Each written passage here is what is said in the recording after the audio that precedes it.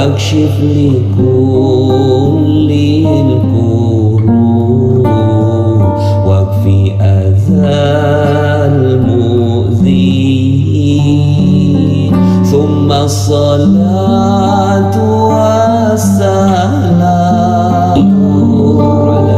واكشف لكل الكروب والآل نعم الكرام والصحب والتابعين لا إله إلا الله الملك الحق المبين محمد رسول الله صادق الوعد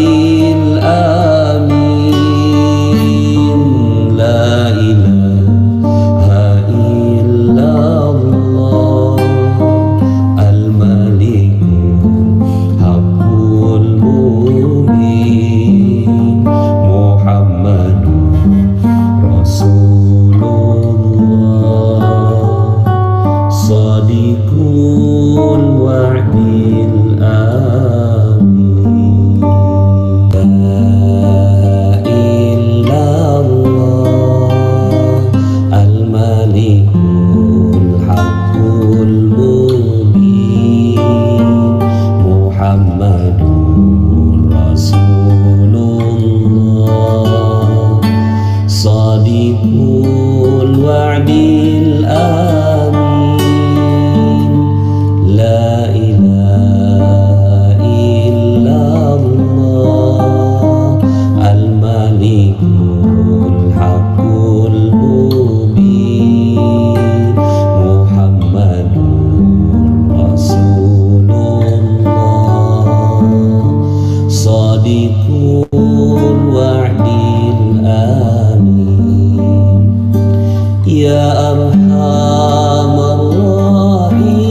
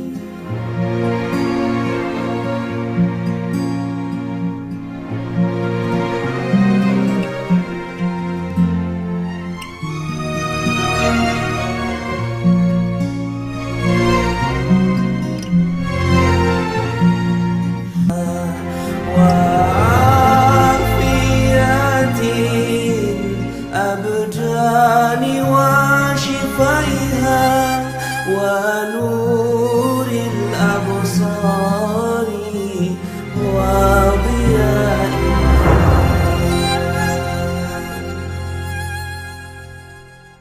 وعلى آله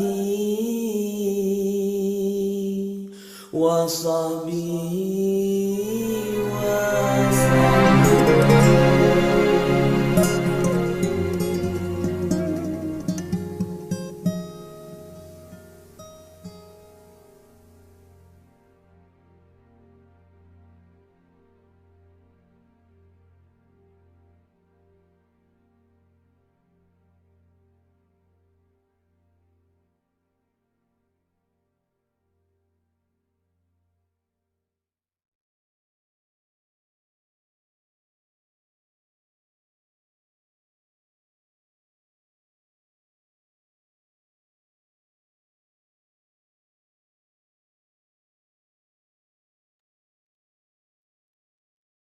Bismillahirrahmanirrahim. Assalamualaikum warahmatullahi wabarakatuh. Alhamdulillahirabbil alamin wassalatu wassalamu ala asrofil anbiya'i wal mursalin wa ala alihi wa ashabihi ajmain. Alhamdulillah wa syukurillah Kita panjatkan puji syukur kehadirat Allah Subhanahu wa taala atas nikmat dan karunia-Nya kita dapat berkumpul kembali di acara kajian live bersama Yayasan Khairul Razikin Indonesia, dan tidak lupa pula kita haturkan salawat serta salam kepada junjungan besar kita Rasulullah Sallallahu Alaihi Wasallam. Allahumma sholli wa sallim wa barik.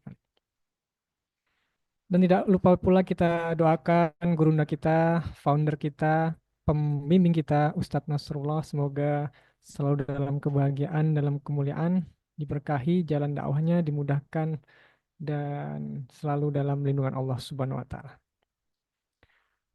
Sebelumnya saya sapa-sapa dulu ini dari YouTube. Sudah ada beberapa orang. Ada Ibu Narwanti Cilacap hadir untuk menyimak. Selamat datang Ibu Narwanti. Kemudian di Zoom ini ada yang di YouTube, boleh absen dulu ya di kolom chat.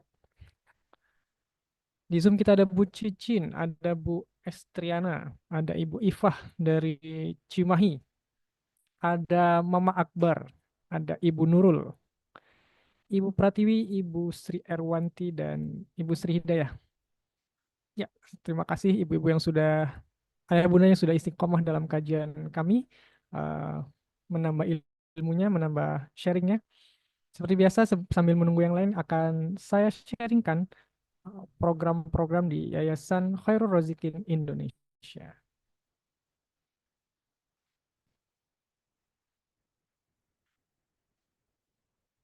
Oke. Yang pertama, program yang pertama kami sampaikan adalah program wakaf pesantren Khairul Razikin. Ada dua program. Yang pertama yaitu program wakaf pembebasan tanah untuk akses jalan pesantren Khairul Razikin. Ini komitmen wakaf 1 juta per orang, bisa dicicil 50.000 per orang. 50.000 per bulan, maaf. Dan bisa berulang ketika sudah lunas, bisa diulang kembali. Dan begitu pula dengan program wakaf pesantren untuk tanah dan bangunan, ini 3 juta per meter persegi, bisa dicicil mulai 50.000 per bulan, dan bisa berulang ketika sudah lunas, bisa uh, bisa ikut wakaf lagi gitu. Informasinya di masing-masing program di wakaf jalan ada di admin kami di 0812 1110 2015. Untuk wakaf pesantren khusus di Mas Robi di 0856 9278 3635. Kemudian kami ada program Wali Asuh Santri Pesantren Khairul Razikin.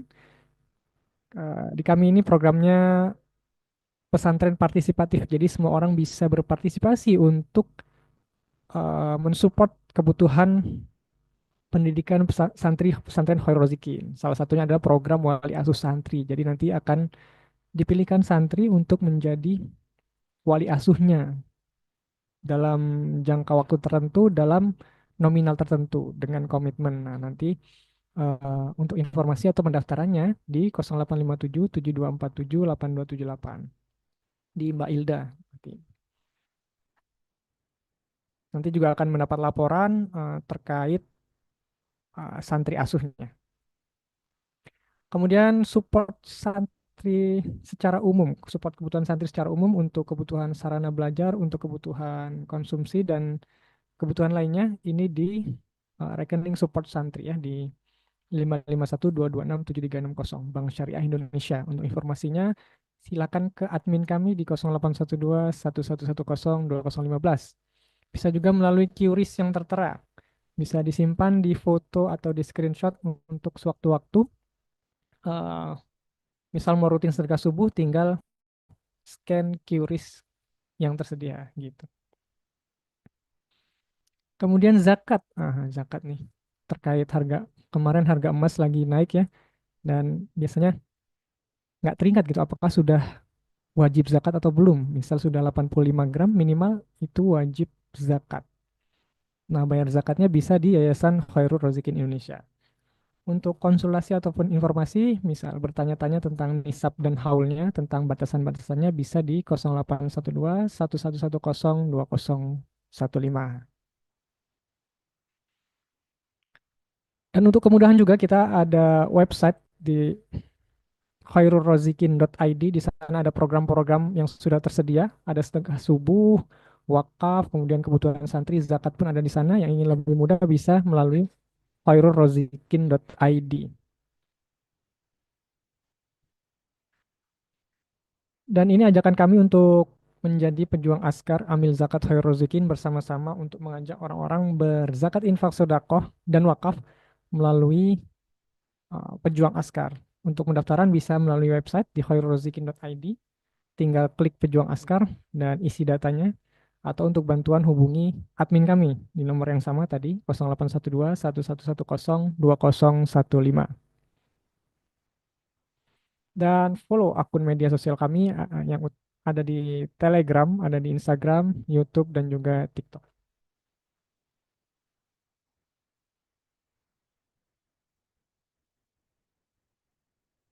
Ya, baik.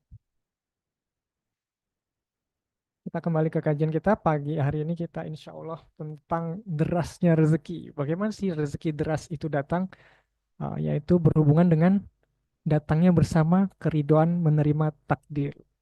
Nah, ini kadang eh, dibahas oleh Ustadz Nasrullah. Bedanya ikhlas sama ridho itu apa gitu. Jadi kalau ikhlas itu rela memberi, jadi kita melepas gitu. Kalau ridho itu rela menerima.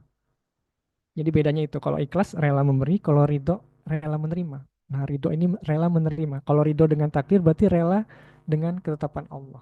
Nah, seperti apa sih ridho menerima takdir ini sehingga rezeki itu bisa datang deras, gitu. Masya Allah ya.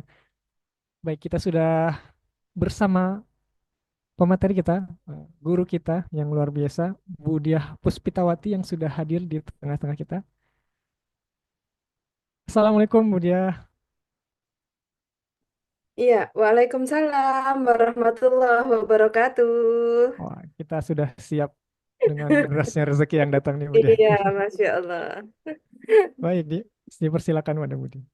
Oke, Bapak Ibu semua yang dirahmati Allah, bahagia sekali di pagi yang luar biasa ini kita bisa ketemu lagi ya dalam sharing silaturahim ya sahabat YKRI. Lama-lama program ini semakin dinanti. Kenapa? Karena kesempatan sharing ya. Kesempatan untuk mengkaji atau menyisir atau apa itu namanya ya, membuka uraian ya, kemelut persoalan hidup ya, yang kalau dalam setiap kajian-kajian umum itu rasanya kita nggak sampai kepada bagaimana mengurai benang kusut ini gitu kan, bagaimana persoalan ini ujung pangkalnya dan akhirnya bisa mendapatkan pertolongan Allah, maunah Allah atau yang disebut keajaiban ya gitu. Baiklah teman-teman semua, bersabar ya. Marilah kita awali ya kajian ini dengan membacakan surat Fatihah. Mudah-mudahan dengan kita membaca surat Fatihah ini, maka Allah Subhanahu wa taala memudahkan kita untuk memahami ya, memahami apa yang dikehendaki Allah dalam hidup kita ya gitu. Jadi mudah-mudahan semua dapat pencerahan, mudah-mudahan dengan kajian ini semua mendapatkan hikmah-hikmah yang selama ini masih tersimpan di dalam tabir ya, masih ketutup tabir ya. Mudah-mudahan siang hari ini atau pagi hari ini kita bisa mendapatkan sebuah pencerahan dari Allah. Jadi akhirnya, oh begitu gitu ya. Nah, O-nya itu panjang, itu tanda mengerti ya. Tanda sudah mendapatkan hikmahnya. Dan ternyata hampir semua orang yang sudah mengalami pertolongan Allah ya gitu, itu diawali dari O panjang. Oh, begitu ya, karena keajaiban itu berada di balik pemahaman. Jadi kalau udah paham, waduh ajaibnya terus. Amin ya. Baiklah, marilah sama-sama kita membacakan surat Fatihah untuk mengawali kajian kita. A'udzubillahiminasyaitonirrajim. Bismillahirrahmanirrahim.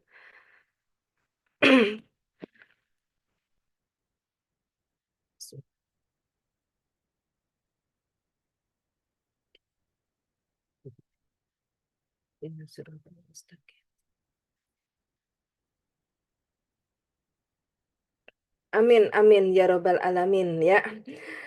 Bapak Ibu semua yang dirahmati Allah, pertama-tama marilah kita panjatkan puji syukur kehadirat Allah Subhanahu wa taala karena pagi yang luar biasa ini Allah berkenan membersamai kita, Allah berkenan melihat kita, Allah menyaksikan kita yang sedang berikhtiar untuk menemukan hikmah ya di balik setiap proses dan ujian kehidupan kita. Maka Bapak Ibu semua di acara kali ini ya mudah-mudahan apa yang akan kita sharingkan ini pelan-pelan akan memberikan sebuah pemahaman ya, pemahaman karena keajaiban itu ada di balik sebuah pemahaman ya gitu. Nah, saya itu waktu Mas Khalid memanggil saya tadi, saya pengen izin sebentar, saya mau mengambil gelas ya. Jadi jadi sekarang aja ya. Permisi saya, aduh berapa ya? Mungkin 10 detik ya. Saya ngambil gelas dulu Ya, ya, buat simulasi sebentar. silakan Bunda.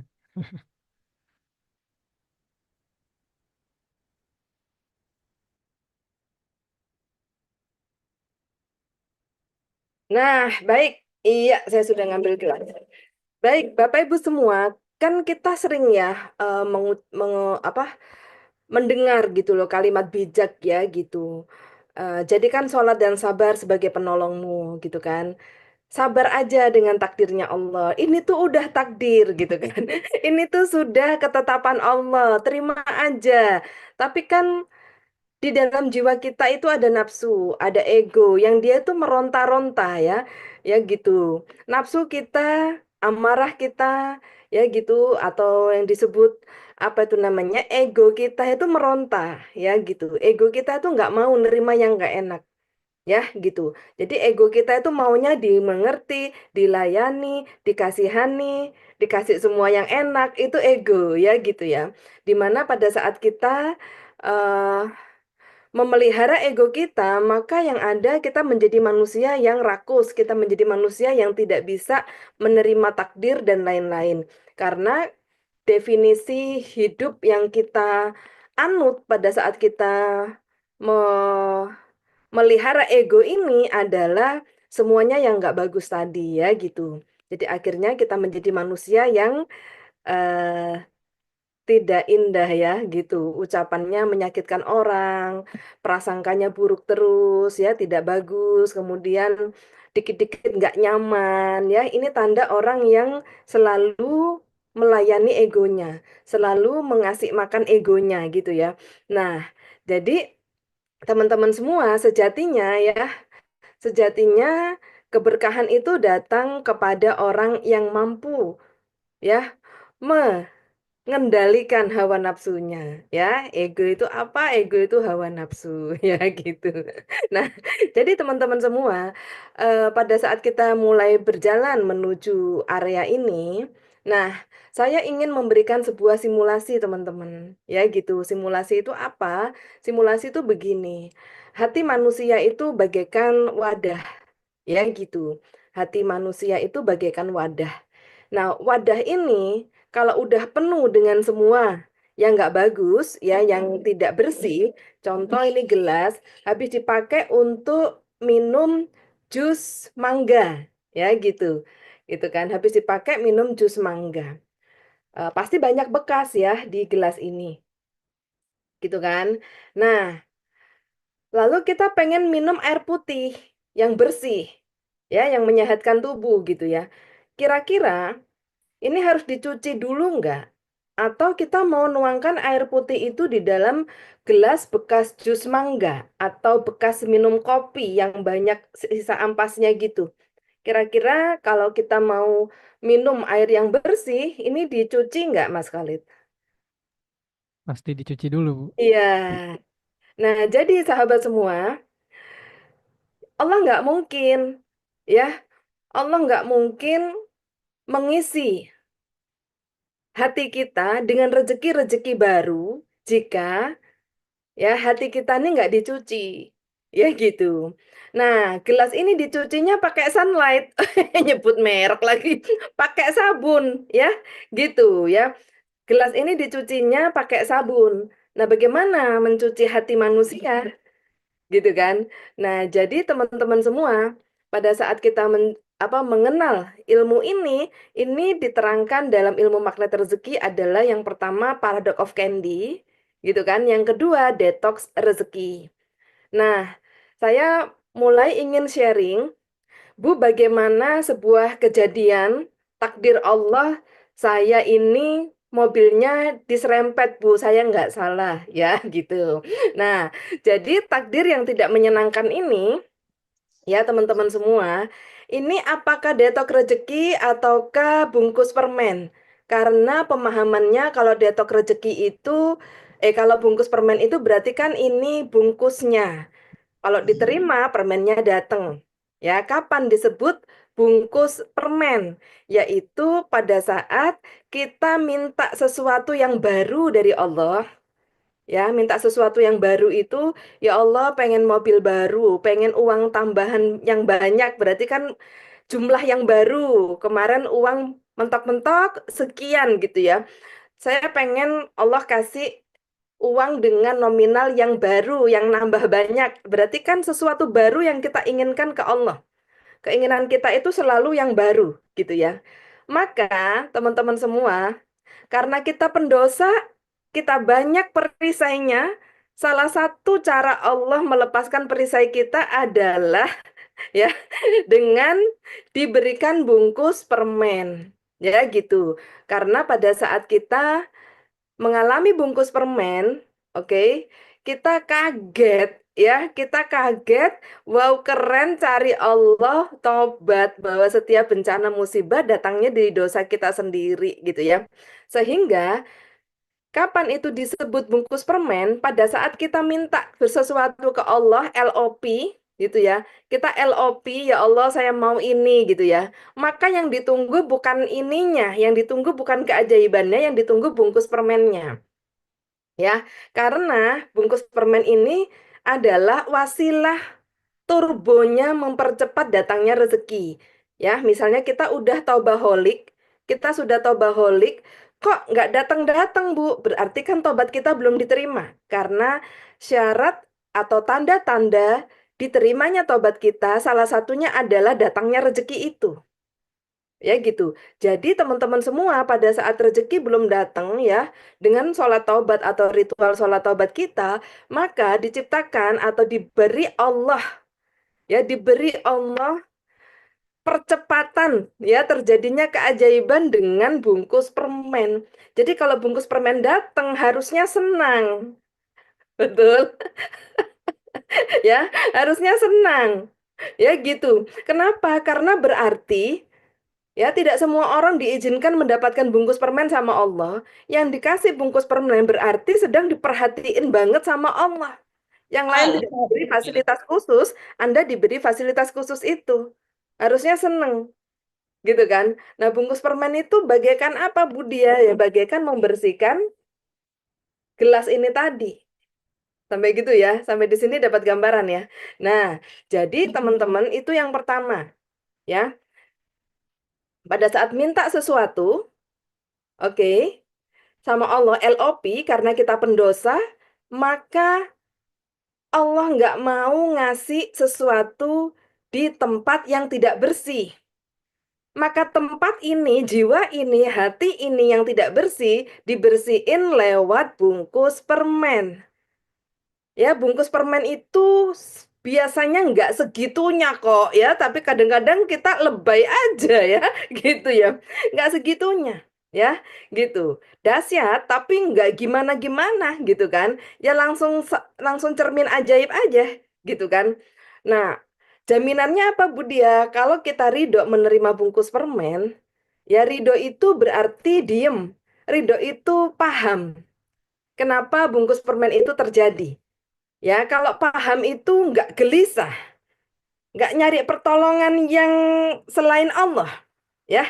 Kemudian nggak mencari pemikiran-pemikiran gimana caranya lolos dari musibah ini, bukan, gitu ya. Ini yang tidak tepat, makanya LOP-nya nggak datang-datang, bungkus permen bertubi-tubi nggak selesai-selesai karena bungkus permen pertama aja di skip terus. Ya gitu. Jadi bungkus permen yang terjadi itu cukup sekali aja. Gimana responnya Budia? Terima bahwa itu adalah cara Allah ya menggempur dosa-dosa kita daripada sholat tobatin sampai 100 kali, pikirannya nggak nyampe-nyampe ya gitu ya. Sholat tobatnya terus, tapi maksudnya itu Allah tahu sholat tobat kita sampai berapapun tuh belum cukup untuk membeli keajaibannya. Keren banget ya. Nah, kalau saya bahasakan membeli, karena kan otak kita itu membeli sesuatu untuk mendapatkan yang kita inginkan kan. Ya udah, membeli ke Allah, membelinya dengan sholat taubat, kan gitu. Nah, kalau kurang terus uang kita, kurang terus tobat kita, karena banyaknya dosa, waduh, sama Allah dikasih gempuran tadi, gitu kan, dikasih tumbukan tadi. Nah, maka sebenarnya itu cara cepat ya pertolongan Allah dengan menggempur yang ego-ego yang keras-keras hati itu, digempur sama Allah, dibantu di bulldozer gitu ya, supaya cepat lembut hatinya dan cepat bersih dan siap menerima pemberian Allah. Budia, apakah betul kalau kita ridho menerima bungkus permen itu permennya datang? Ya, benar. Itu ya. Yang membuat nggak datang-datang adalah pada saat bungkus permen datang, kita itu nggak segera cermin ajaib. Kita itu merasanya itu musibah, itu tidak menyenangkan. Kita itu merasanya, Allah kok gini banget sama saya. Husnudon harusnya, bukan suudon kepada Allah. Ya gitu. Nah, karena suudon terus, yang dibalut dengan kalimat syar'i, ya, Budia, saya dapat bungkus permen ini. Doain ya Budia. Padahal saya itu nggak salah, Budia. Apa dosa saya kok sampai begini? Ini namanya suudon kepada Allah. Gitu, ya. Kalau husnudon itu, begitu mendapatkan bungkus permen, langsung, Alhamdulillah Budia, akhirnya datang pertolongan Allah, menggempur ego-ego saya, sampai luluh Budia, diinjak-injak orang, harga diri saya sampai terhina banget. Ya Allah, nikmatnya Budia. Gitu. Ya, sampai nggak bisa bela diri. Nah, sampai begitu. Ya gitu ya. Bener-bener yang kita itu ngendalikan diri untuk tunduk, tawaduk, menerima, bukan komplain. Gitu ya. Kalau ada muatan komplain, nggak selesai-selesai nih bungkus permen. Karena komplain itu tidak terima. Ya, contoh saya nggak terima dengan perlakuan Mas Khalid. Mas Khalid, saya komplain ya, saya nggak terima Mas Khalid. Nah, ya kan gitu. Nah, komplainnya kita, ya, komplain itu ditandai dengan ngomongin terus kejadian itu. Ngomongin terus ketidakterimaan. Ngomongin terus ketidaksabaran kita. Tapi kalau terima, ya sudah, diam saja. Fokus, tetap aktif produktif, melakukan apa yang bisa dilakukan. Sadar ini adalah turbonya Allah atau blendernya Allah untuk melembutkan hati kita, ya gitu ya. Nah, maka biasanya nggak lama, ya nggak lama rezeki besar itu akan datang. Ini dalam konteks paradox of candy, ya, karena rezeki deras itu datangnya bersamaan dengan keridoan kita menerima takdir. Ya gitu. Jadi pada saat kita menerima takdir itu, wow keren cukup, ya cukup, wow keren. Selesai Bapak Ibu, ya gitu. Dan alihkan pandangan kita kepada terumbu karang, muliakan, bahagiakan orang lain. Pokoknya aktivitas yang membuat Allah itu ridho melihat kita. Orang ini dikasih tumbukan, dibersihin, dia nggak nyalain saya, tapi dia malah terus membantu orang lain. Nah itu biasanya cepat banget datangnya rezeki. Ya gitu. Lalu yang kedua, Budiah, apa yang dimaksud dengan detox rezeki? Ya, ini dalam pemahaman saya, praktek selama hampir 20 tahun ilmu keajaiban ya, yang dimaksud detox rezeki itu gini. Kalau tadi bungkus permen datangnya dari LOP, kita minta sesuatu karena kita pendosa, maka didatangkan bungkusnya supaya permennya masuk ke jiwa yang bersih. Kan gitu. Musibah, bencana, semua yang disebut bungkus permen itu proses membersihkan jiwa. Ya, kalau ridho, kalau nggak ridho tambah proses mengotori jiwa, makanya nggak datang-datang rezekinya. Tapi kalau yang dimaksud Allah dengan diberikan ujian itu, maka bersihlah jiwa. Kenapa? Karena lemah tak berdaya. nggak berdaya ya Allah, dosaku banyak sekali. Akhirnya ingat dosa, akhirnya bertaubat dan lain-lain ya. Akhirnya jiwanya bersih, akhirnya Allah meletakkan rezeki baru di jiwa yang bersih, di hati yang bersih, gitu ya. Jadi biasanya begitu teman-teman ya. Nah, apa yang dimaksud dengan detok rezeki? Nah, ini Bapak Ibu semua, ini yang dahsyat ya. Ya, bungkus permen dengan detok rezeki itu bukan beda tipis, beda jauh. Beda jauh. Nah, detok rezeki itu gimana, Bu Dia? Detok rezeki itu gini, kalau bungkus permen tadi itu biasanya nggak lama. Kalau sampai lama berarti terjadi suudon kepada Allah. Ya, nyangkal terus, nggak mau nunduk, ya, nggak mau ridho. Nah, kalau detok rezeki adalah pada saat di titik Anda mohon ampun, taubatan nasuha kepada Allah, kemudian Anda mau hijrah, ya, menjadi pribadi baru, benar-benar mengandalkan Allah dan benar-benar mohon pertolongan Allah, maka Maha Pengasih dan Maha Penyayangnya Allah yang akan membantu Anda untuk dibersihkan dari semua aspek kehidupan Anda. Ya, gitu. Makanya kalau bungkus permen sifatnya itu sementara, ya sementara. Makanya dalam hidupnya akhirnya keajaiban terjadi pada saat Ridho menerima bungkus permen, gitu ya. Jadi keajaibannya tergantung dari LOP dan bungkus permennya. Kalau nggak LOP lagi, nggak ajaib lagi. Nggak nerima bungkus permen lagi. Gitu ya. Tapi kalau detok rezeki gimana? Ini yang dahsyat. Ya, ini yang mau saya pelan-pelan menularkan kepada teman-teman ya. Detok rezeki itu dihadirkan Allah dalam hidup kita pada saat kita berniat hijrah kepada Allah Subhanahu wa taala ya dalam hidup kita.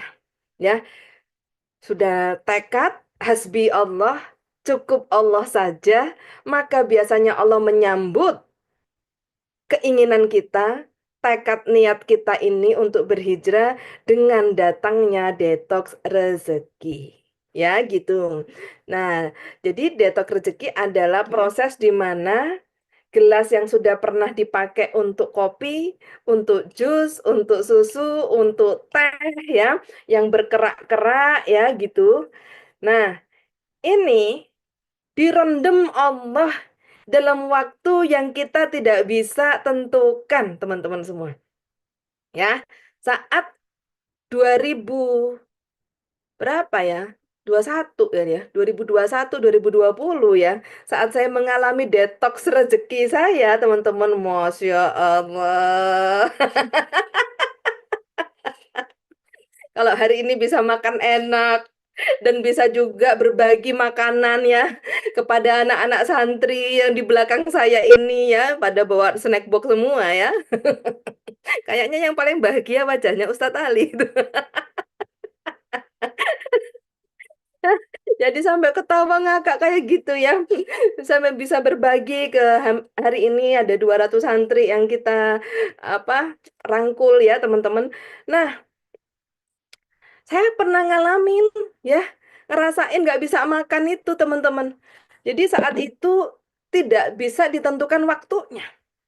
Ya, saya mengalami kondisi itu 3 tahun loh teman-teman.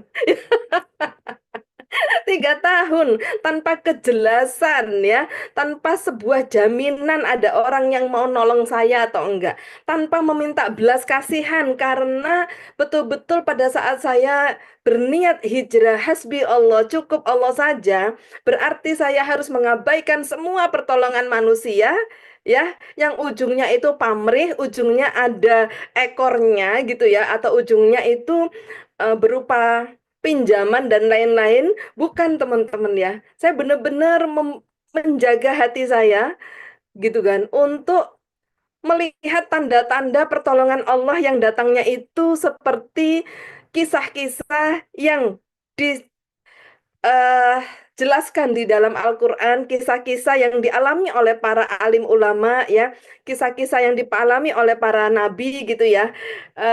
dengan kejadian-kejadiannya gitu ya. Nah, jadi teman-teman pada saat saya tidak bisa makan itu, saya ridho. Karena ini proses pembersihan jiwa. Ya gitu ya. Jadi pada saat saya tidak bisa makan itu, kondisinya sangat semuanya terbatas, ya. Yang saya lakukan bukan menuntut orang tua saya, bukan menuntut kakak-kakak saya, bukan menuntut orang lain, cerita kanan kiri meminta belas kasihan, panik ke sana ke sini gimana aku ini kalau nggak bisa makan gimana, kalau nggak bisa bayar utang gimana. Alhamdulillah saya nggak punya utang. Biar kata nggak makan ya udah, ya gitu. Ada pikiran dalam pikiran saya itu akhirnya ya hamba gitu loh. Ya, ya hamba gitu loh, mau nuntut-nuntut apa? Gitu kan. Mati sekarang apa mati besok sama saja gitu. Jadi nggak perlu-perlunya gitu kan. Apa itu namanya minta pertanggungjawaban siapapun. Hidup kita itu yang tanggung jawab kita sendiri dan dipertanggungjawabkan kepada Allah. Kan gitu. Nah, jadi siapa yang salah atas takdir kita? Nggak ada. Ya, banyak orang kanan kiri ngomongin, yang salah itu ini karena gini kamu jadi hidupnya menderita. No, gitu. Saya yang mau kondisi ini karena saya habis ngomong sama Allah, saya mau hijrah ya Allah. Makanya banyak orang, Budia setelah ikut magnet rezeki, hidup saya kok Masya Allah tambah berantakan. Nah katanya mau hijrah sama Allah diobrak-abrik soalnya sumpah yang ngambilin yang nggak bersih ya gitu. Jadi kalau kain pel itu udah jorok banget, udah banyak noda, udah dekil banget, nggak bisa disikat sekali, harus direndam berhari-hari, ya kan supaya kembali bersih. Itulah jiwa kita. Nah, ganjarannya apa Budia? Anda bisa ngerti sekarang. Budia kok doa apa aja kayak dikabul sama Allah ya. Belum doa aja udah didatengin gitu kan. Budia peka sekali melihat orang yang basa-basi dengan melihat orang yang sungguh-sungguh. Karena saya ngalamin itu pembersihan jiwa itu. Ya gitu. Ya pada saat-saat itu saya rajin sekali ke masjid. Saya nyapu, ngepel, bantuin marbot masjid ya di tempat saya kuliah dulu. Kemudian saya sering puasa, ya gini, nggak ada yang dimakan. Nah sekarang habis awal aja, aduh nggak gampang banget ya puasa ya. Tiap hari ada makanan datang, betul nggak? Udah niat puasa ya, tamu nggak ada habisnya gitu kan. Nah jadi teman-teman gitu ya. Tiap ada Budi, apa dek? Nanti ada pengajian ibu-ibu, wah giat banget. 2 jam sebelum acara udah saya rapi-rapiin ya. Jadi remaja masjidnya tuh semuanya. Soalnya selesai pengajian sih dikasih makan. Sesimpel itu, gitu kan? Gitu, ya. Nah, teman-teman semua itu dialami. Makanya sekarang coba dicek. Rezeki deras, ya, itu datangnya bersamaan dengan keridoan menerima takdir. Kalau saya nggak ridho menerima takdir, saya nggak mungkin nyapu ngepel masjid, nyiapin semua perlengkapan masjid, beresin semua pada saat ada kegiatan di dalam masjid. Ngapain? Gitu kan? Gitu. Kan harusnya ego ini dipenuhi. Harusnya saya nuntut dong, ya. Orang tua saya harusnya saya nuntut dong kakak-kakak saya, masa adiknya satu aja nggak dipelihara. Iya kan? Ini kan ego-ego yang menjatuhkan kita dalam lembah nista. Ya gitu. Saya nggak mau peduli itu. Bahkan setiap saya dapat job untuk nge-MC ya, untuk meng-event organizer sebuah acara ya, saya dipercaya dosen saya menjadi asisten dosen, saya dipercaya untuk apa menjaga masjid ya. Itu tuh kalau dapat fee, dapat honor, yang saya ingat adalah ini nggak sekali dua kali. Panggil taksi, jemputin ponakan-ponakan saya ajak jalan-jalan ke mall. Jadi honor saya, gaji saya hari itu habis seketika untuk nyenengin ponakan-ponakan saya. Karena ditinggal meninggal oleh ibu saya itu kondisinya semua kakak saya belum mapan. Ya, masih sangat terbatas sekali. gitu ya, dan hati ini tak sanggup menjadi beban mereka, akhirnya saya hidup sebatang kara dan saya mengalami proses-proses hidup yang tadi saya ceritakan. Nah, kalau tandanya nggak ridho itu, nggak aktif produktif. Tandanya nggak syukur itu, nggak punya pikiran gimana caranya. Yang ada siapa yang akan bertanggung jawab dalam hidup saya ya. Ya, akhir-akhir ini banyak ya sorotan-sorotan di sosial media ya. Semua nggak ada yang kasihan sama saya. Siapa yang kasihan sama saya? Ya, siapa yang akan menjamin hidup saya? Masya Allah. Dia lahir diciptain batu kali ya. Kita terlahir diciptakan oleh Allah. Siapa? Ya Allah Subhanahu wa Ta'ala. Yang pada saat kita menyerahkan hidup kita kepada yang punya hidup, kita ditolong olehnya. Gitu. Kita tahu, kita nggak bisa ingkari, kita lahir karena sebuah penciptaan yang maha dahsyat dari Allah Subhanahu wa Ta'ala. Kok dalam hidup nyalahin orang, minta pertanggungjawaban ke orang, nuntut uang ke orang, ya gitu. Nah, semua orang itu ciptaannya Allah, gitu. Jadi tanda tidak terima adalah terjadinya tuntutan, komplain, meratapi nasib, curhat kemana-mana bagaikan kayak ngemis-ngemis, itu Allah nggak suka. Wahai hambaku, bukannya engkau yang katanya mau hijrah, ya dengar Ustadz Nas ceramah, training, siap saya mau tawakal tuh Allah, wah, siap Ustadz Nas saya mau jadi ajaib. Kok masih ada nuntut hatinya? Berarti nggak ridho, gitu kan. Jadi derasnya rezeki bersamaan dengan keridoan sebenarnya ini adalah esensi dari 10 jurus rahasia magnet rezeki. Ya, gitu. Jadi daripada Anda pusing, udah praktek berapa jurus kok belum ajaib, maka hari ini saya sharing. Akarnya Anda belajar ini aja cukup. Nah, supaya gampang aplikasinya pakai jurus-jurus magnet rezeki. Oh, kalau gitu tuh paradox of candy. Oh, kalau gini nih cermin ajaib. Itu memudahkan kita praktek. Tapi dasar pemahamannya adalah dari derasnya rezeki bersamaan dengan keridoan menerima takdir. Ya gitu. Ya gitu. Kok bisa Bu ridho? Karena bersyukur. Tahu kita sedang dibersihkan semua supaya rezeki kita selanjutnya semua yang bersih dan semau-maunya Allah. Wih, enak banget kalau begitu. Semau-maunya Allah tuh kita belum ingat mau doa udah diturunkan kan semau-maunya Allah.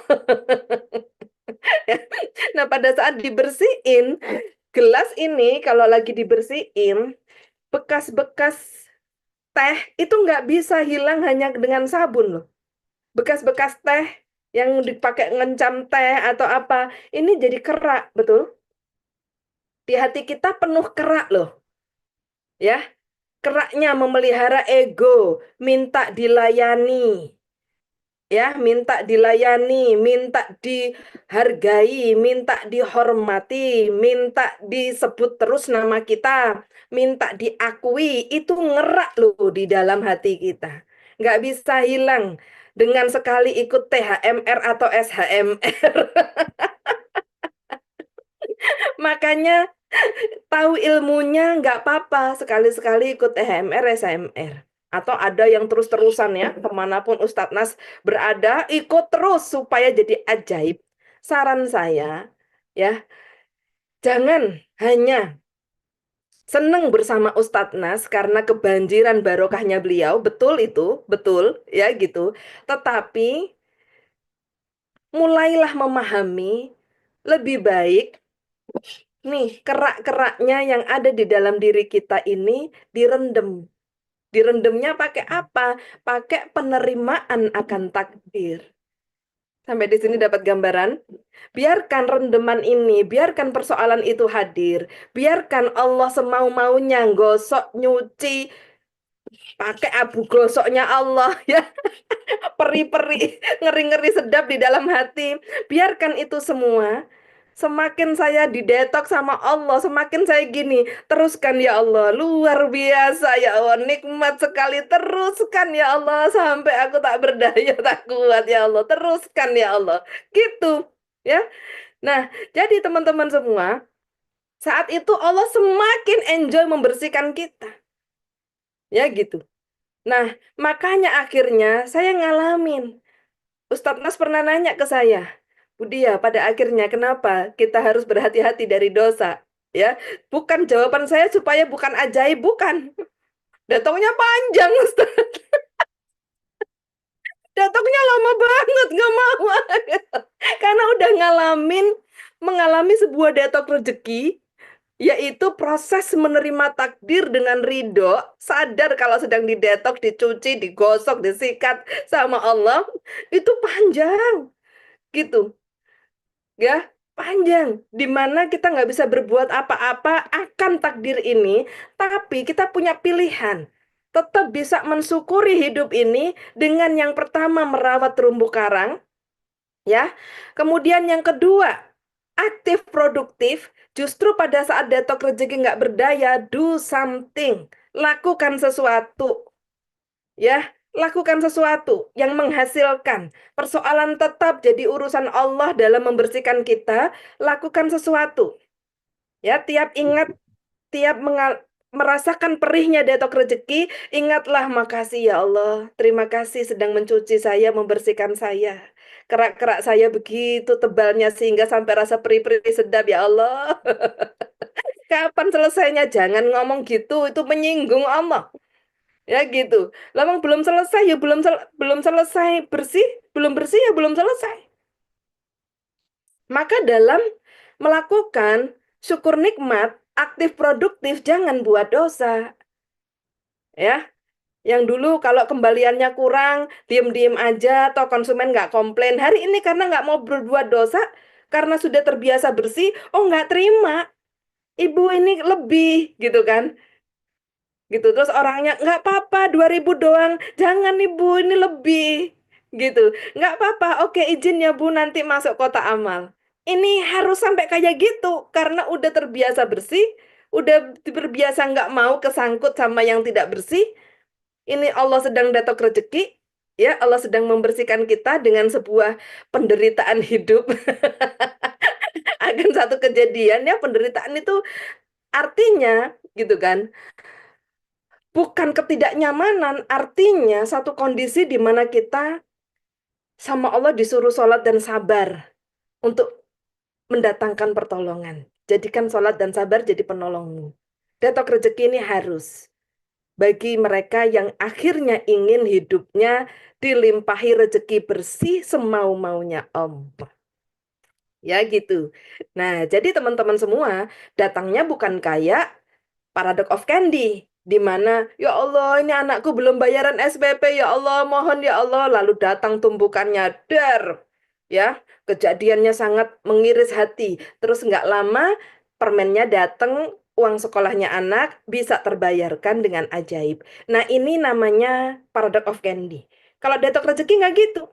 Bahkan Anda hanya ngebatin atau kebutuhan itu akan datang, Allah sudah sediakan. Kenapa? Karena ridho, digerus, dibersihkan Allah, sadar ya ketidaknyamanan hidup ini karena Allah sedang membersihkan jiwa kita. Bersihkannya bukan yang kotoran bekas kopi doang, tapi sak kerak-kerak yang nempel di dalam hati kita, itu dibersihkan Allah, makanya nggak cepat. Sampai di sini dapat gambaran? Gitu. Jadi nggak bisa berbuat apa-apa, betul. Tapi kita punya pilihan, tetap bisa mensyukuri. Syukur nikmat dengan satu, merawat. Ciri-cirinya orang syukur nikmat itu merawat. Saat saya datok rezeki nggak bisa makan, saya bersihin masjid, ya. Saya urusi ibu-ibu jamiah, ya, sampai semuanya senang sama saya. Tiap pulang, oh bawain aja ke Mbak Dia, bawain ke Mbak Dia, senengnya. Oh ini yang dibilang burung aja dikasih makan nggak mungkin saya nggak dikasih makan asalkan saya terus mau merawat dan mensyukuri, aktif produktif, ya gitu. Yang ketiga sedekah, Sedekah baik menyenangkan keluarga kita. Tiap kali saya dapat honor, saya langsung nggak inget untuk diimit-imit, di dipelit-pelitin untuk diri, soalnya kan sering nggak bisa makan, ya.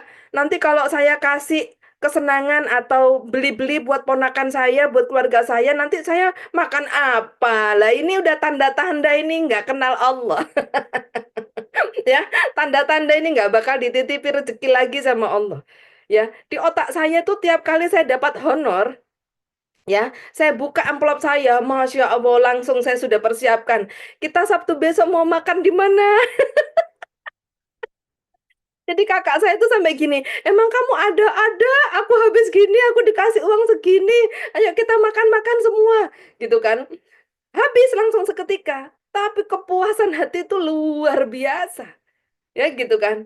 Nah dari situ Allah titipkan lagi. Karena kalau dititipi yang diingat bukan diri sendiri. Yang diingat orang lain, membahagiakan, memuliakan orang lain. Ya, makanya pada saat detok rezeki, ya, kita serahkan persoalan itu, kita nikmati deritanya. Ya, karena penderitaan itulah bukti Allah sedang mencuci jiwa kita.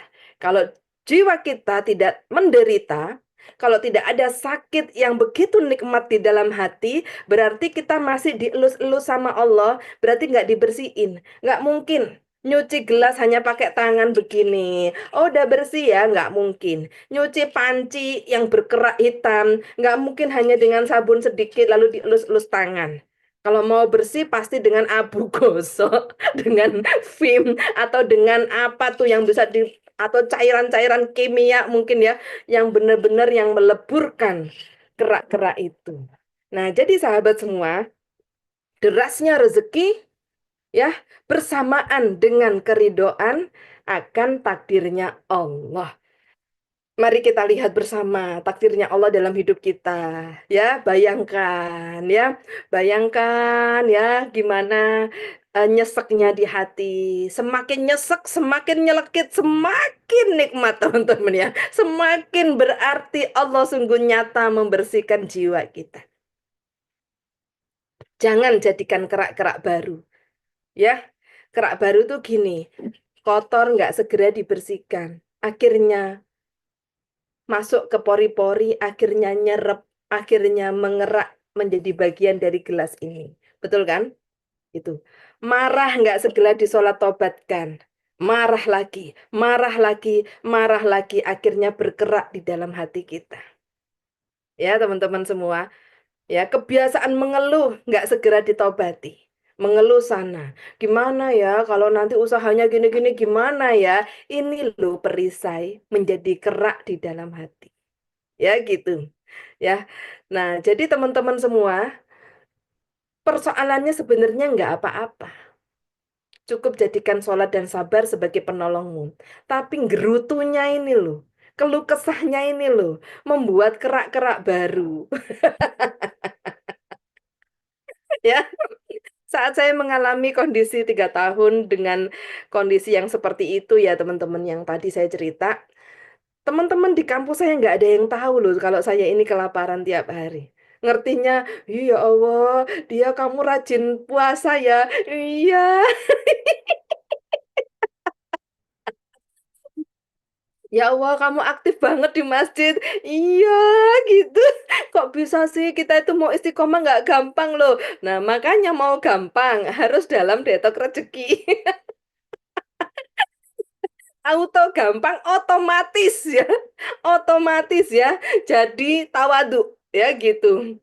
Nah, banyak yang ngomong, banyak yang mengalami ya, habis didatok rezeki, dikasih rezeki yang banyak sama Allah, nggak kuat hati lagi, sombong lagi, marah-marah lagi, angkuh lagi, semena-mena lagi, ya, kemudian apa nggak baik lagi. Oh, digerus lagi sama Allah pasti, pasti dijatuhkan lagi gitu. Terus kadang-kadang saya bilang, ya kalau dengan dijatuhkan, digerus lagi sama Allah, membuat Anda ingat tahajud tiap hari, ingat bersedekah tiap hari, kayaknya lebih enak dalam detok rezeki ya, ingat Allah terus, gitu. Jadi ingat Allah terus gitu. Nggak mau juga Bu Dia, makanya harus hati-hati. Kalau sudah hijrah, udah hasbi Allah itu semuanya titipan Allah. Ya gitu. Jadi jangan lagi jadi orang yang pengennya disebut ibu sama karyawannya biar kayak jadi bos. Udah gitu nyungsep loh.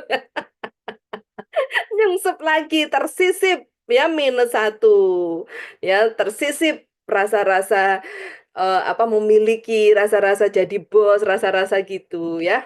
Makanya teman-teman saat saya dititipi usaha sama Allah ya berkembang luar biasa banyak sekali. Saya tuh jarang sekali duduk manis di ruang kerja saya.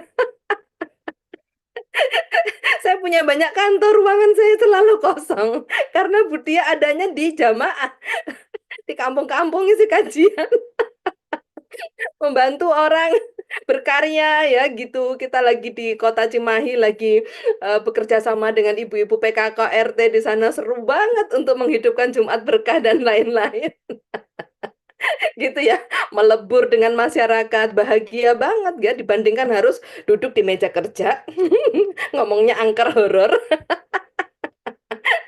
Angker horor itu maksudnya itu kalau di kantor ya eh, saya dapat respect, semua nurut sama saya. Itu kan karena atasan dan bawahan. Iya kan? Karena mereka saya gaji semua gitu kan.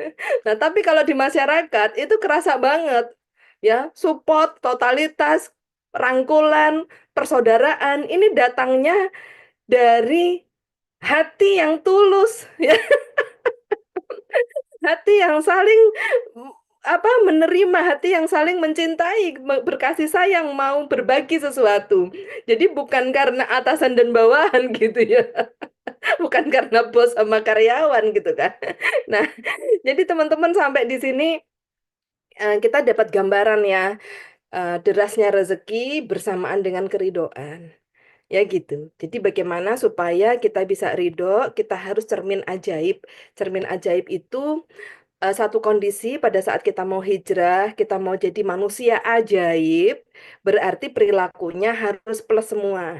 Nah, pada saat ini terjadilah yang namanya pembersihan dosa atau yang disebut detox rezeki. Pertobatan kita itu detox rezeki ya.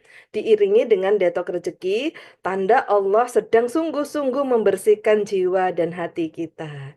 Ya gitu. Akhirnya tidak ada semua yang salah diri kita sendiri, betul. Ya, garis kebenarannya langsung menurun drastis.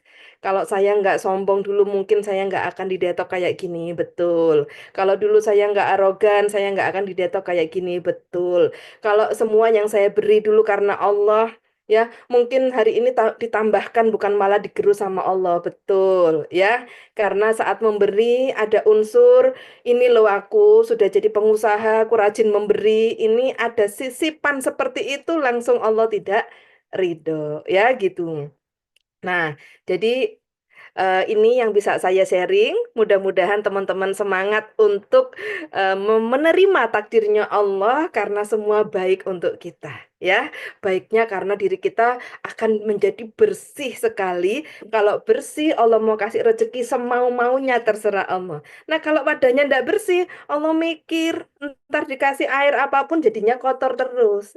Karena wadahnya, hatinya tidak bersih, ya gitu. Baik teman-teman, itu sharing dari saya. Mudah-mudahan semua rezekinya teman-teman semakin deras ya.